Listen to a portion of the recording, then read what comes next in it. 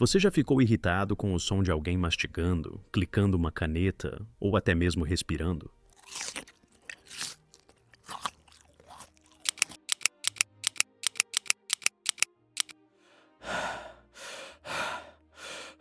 Parece exagero, mas para muitas pessoas, esses sons comuns podem ser insuportáveis. E não estamos falando apenas de um leve incômodo, é algo que pode gerar reações intensas, como raiva ou ansiedade. Mas por que isso acontece? O que faz o nosso cérebro reagir de forma tão exagerada a ruídos tão simples? Hoje, vamos explorar a ciência por trás da misofonia, uma condição fascinante e ainda pouco compreendida.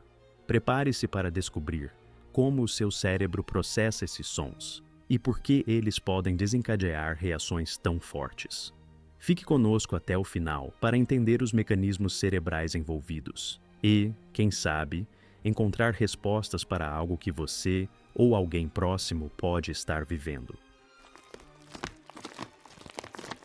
A misofonia, que literalmente significa ódio ao som, é uma condição em que sons específicos desencadeiam reações emocionais intensas e desproporcionais. Não se trata de simplesmente não gostar de um barulho, é algo muito mais profundo.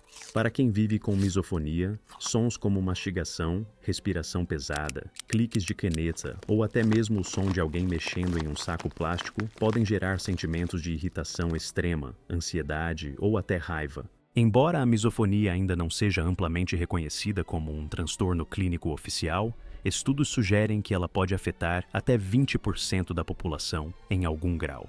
Isso significa que milhões de pessoas ao redor do mundo convivem com essa condição sem sequer saber seu nome. Muitas vezes, elas são mal compreendidas e até ridicularizadas por suas reações, o que pode levar a isolamento social e dificuldades no dia a dia.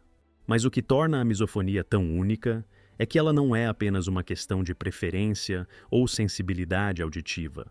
É uma resposta neurológica real, profundamente enraizada na forma como o cérebro processa certos estímulos sonoros. Para entender isso, precisamos mergulhar na ciência por trás dessa condição, e é exatamente isso que faremos agora.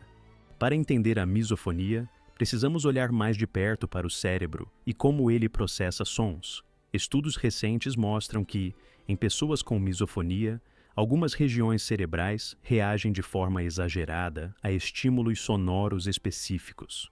Uma das áreas mais envolvidas é o córtex insular anterior, uma região do cérebro responsável por processar emoções e sensações corporais. Em indivíduos com misofonia, essa área apresenta uma hiperatividade significativa quando exposta a sons gatilhos, como mastigação ou respiração. Mas isso não é tudo. Há também uma conexão muito forte entre o córtex auditivo, que processa os sons que ouvimos, e a amígdala, a parte do cérebro que regula nossas respostas emocionais, como medo ou raiva. Em pessoas com misofonia, essa conexão parece estar supercarregada. Isso significa que sons que seriam neutros para a maioria das pessoas acabam desencadeando respostas emocionais intensas e automáticas. Outra teoria fascinante envolve os neurônios espelho, um tipo de célula cerebral que nos ajuda a entender e imitar as ações de outras pessoas. Em quem tem misofonia, esses neurônios podem estar hiperativos quando expostos a sons gatilhos. Por exemplo, ouvir alguém mastigando pode ativar áreas motoras do cérebro, como se a própria pessoa estivesse produzindo aquele som. Isso gera um desconforto físico e emocional muito maior do que o normal. Para ilustrar, imagine um alarme de incêndio disparando sem motivo aparente. É assim que o cérebro de alguém com misofonia reage aos sons gatilhos. O sistema está em alerta máximo, interpretando esses estímulos como ameaças, mesmo que eles sejam totalmente inofensivos. Pesquisas utilizando ressonância magnética funcional, fMRI, confirmam essas diferenças cerebrais. Em um estudo conduzido pela Universidade de Newcastle, cientistas observaram que os cérebros de pessoas com misofonia apresentavam maior atividade em regiões associadas à regulação emocional e à atenção seletiva quando expostos aos sons gatilhos. Isso ajuda a explicar por que esses barulhos não apenas incomodam, Eles dominam completamente a atenção da pessoa, tornando impossível ignorá-los. Além disso, a misofonia não é apenas sobre audição. Ela também envolve uma interação complexa entre os sentidos. Algumas pessoas relatam sentir desconforto físico ou até dores ao ouvir certos sons. Isso sugere que o cérebro está processando esses estímulos de maneira amplificada e integrada, envolvendo tanto respostas emocionais quanto sensoriais. Embora ainda haja muito a ser descoberto sobre os mecanismos exatos da misofonia, essas descobertas já nos dão uma visão clara. Não se trata de frescura ou exagero, mas de uma resposta neurológica real e mensurável. Compreender isso é essencial para desmistificar a condição e abrir caminho para soluções mais eficazes. Agora que entendemos o que acontece no cérebro de quem sofre com misofonia, vamos explorar como isso impacta a vida cotidiana dessas pessoas, desde desafios sociais até questões emocionais. Viver com misofonia pode ser um desafio constante, especialmente porque os sons gatilhos estão por toda parte. Imagine estar em um restaurante e não conseguir se concentrar na conversa porque o som da mastigação de alguém na mesa ao lado é insuportável. Ou tentar trabalhar em um escritório enquanto que o clique repetitivo de uma caneta ativa uma onda de irritação que você não consegue controlar. Para quem sofre de misofonia, situações como essas são comuns e muitas vezes inevitáveis. Esse impacto vai além do desconforto momentâneo. Muitas pessoas com misofonia relatam evitar ambientes sociais, como cinemas, restaurantes ou reuniões familiares, para escapar dos gatilhos sonoros. Isso pode levar a um isolamento social significativo, já que atividades cotidianas passam a ser vistas como fontes de estresse e ansiedade. No trabalho, a condição pode criar dificuldades adicionais, pois sons comuns em escritórios, como digitação ou o barulho de teclados, podem tornar o ambiente quase intolerável. Os relacionamentos interpessoais também sofrem. Quando os gatilhos vêm de pessoas próximas, como familiares ou amigos, explicar a reação pode ser complicado. Muitos não entendem a gravidade da situação e podem interpretar as reações como exageradas ou até mesmo rudes. Isso pode gerar conflitos e sentimentos de culpa para quem vive com misofonia. Além disso, os impactos físicos não devem ser subestimados. Sons gatilhos podem desencadear respostas fisiológicas intensas, como aumento da frequência cardíaca, tensão muscular ou até mesmo sudorese. Essas reações tornam a experiência ainda mais desgastante e reforçam o ciclo de desconforto emocional. Compreender esses desafios é crucial para criar empatia por quem vive com misofonia. No próximo capítulo, exploraremos algumas estratégias e tratamentos que podem ajudar a lidar com essa condição e melhorar a qualidade de vida.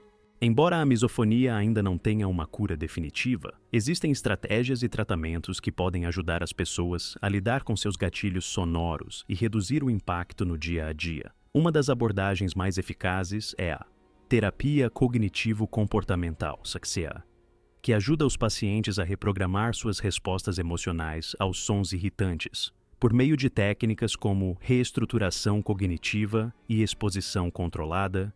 A TCC ensina maneiras de reduzir a intensidade das reações emocionais. Outra abordagem promissora é o reprocessamento auditivo, (LWORSTA), que utiliza sons neutros ou relaxantes para dessensibilizar o cérebro aos gatilhos. Essa técnica funciona ao criar associações positivas com sons que antes eram perturbadores, ajudando a diminuir gradualmente o desconforto. Além disso, dispositivos como fones de ouvido, com cancelamento de ruído ou aplicativos de ruído branco podem ser aliados valiosos para mascarar sons irritantes em ambientes difíceis. No dia a dia, estratégias práticas também podem fazer uma grande diferença. Identificar os gatilhos mais comuns é o primeiro passo para criar um ambiente mais confortável. Por exemplo, se mastigação é um som problemático, usar música ambiente durante as refeições pode ajudar. No trabalho, ajustar o espaço para minimizar ruídos ou usar fones para ouvir músicas relaxantes pode tornar o ambiente mais suportável. Além disso, conscientizar amigos e familiares sobre a condição é essencial. Explicar como os gatilhos afetam você pode gerar mais empatia e cooperação das pessoas ao seu redor. Muitas vezes, Pequenas mudanças no comportamento dos outros, como evitar certos sons em sua presença, podem aliviar significativamente o estresse. Essas soluções não eliminam completamente os desafios da misofonia, mas ajudam a melhorar a qualidade de vida e a reduzir o impacto emocional e social da condição. Para encerrar, vamos refletir sobre o que aprendemos e como podemos usar esse conhecimento para promover mais empatia e compreensão. A misofonia é muito mais do que um simples incômodo com sons. É uma condição real, profundamente enraizada no funcionamento do cérebro, que pode impactar significativamente a vida de quem a vivencia. Ao longo deste vídeo, exploramos desde os mecanismos neurológicos que explicam essas reações intensas, até os desafios emocionais e sociais enfrentados pelas pessoas com misofonia. Também vimos que, embora não haja uma cura definitiva, existem estratégias e tratamentos que podem ajudar a aliviar os sintomas e melhorar a qualidade de vida. Entender a misofonia é um passo importante para promover empatia. Muitas vezes, o sofrimento de quem vive com essa condição é subestimado ou mal compreendido, o que só aumenta o fardo emocional. Mas agora você sabe, não se trata de frescura ou exagero, mas de uma resposta neurológica legítima. E essa compreensão pode fazer toda a diferença, seja para você, para alguém próximo ou para a sociedade como um todo. Se esse vídeo ajudou você a entender mais sobre a misofonia, deixe um comentário compartilhando sua experiência ou opinião. E não se esqueça, curta este vídeo, inscreva-se no canal e compartilhe com alguém que possa se beneficiar dessas informações. Juntos, podemos espalhar mais conhecimento e empatia.